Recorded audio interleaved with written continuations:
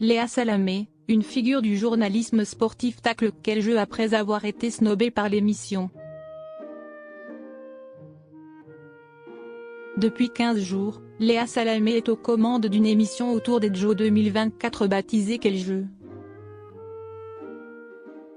Vendredi 9 août, sur son compte X, un célèbre journaliste a fait part de son mécontentement après avoir été snobé par l'émission.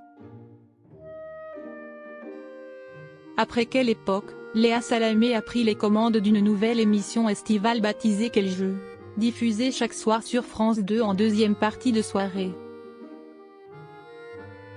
Aux côtés de la journaliste, on retrouve également Laurent Luyat et l'humoriste Paul de Saint-Cernin. Dans ce talk-show tourné depuis le Club France à Paris, athlètes médaillés et spécialistes du sport défilent pour parler des épreuves du jour.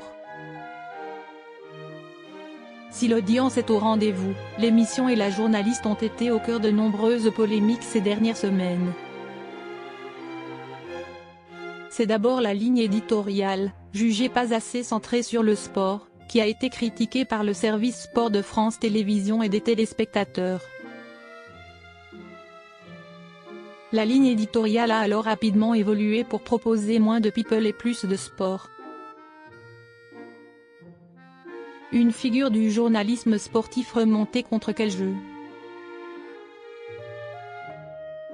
Mais quel jeu a dû faire face à d'autres coups durs, le refus de Léon Marchand de participer à l'émission, les commentaires jugés déplacés de Léa Salamé lors de la venue de la judokate Amandine Bouchard ou encore la grosse boulette de Laurent Luyat concernant les footballeurs français.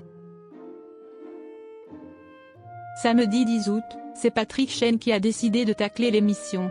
Sur son compte X, le journaliste sportif de 68 ans a en effet rapproché à Léa Salamé de l'avoir snobée.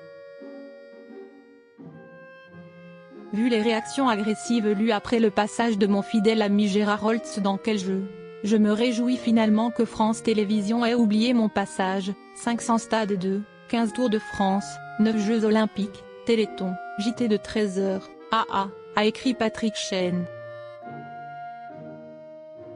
Certains internautes ont alors reproché au journaliste un excès d'orgueil. Ah, l'orgueil humain monsieur.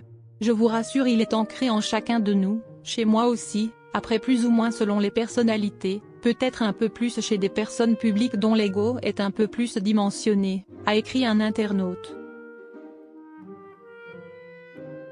Ne pas confondre ego et orgueil avec mémoire, merci, a répondu Patrick Chêne. Un journaliste remonté.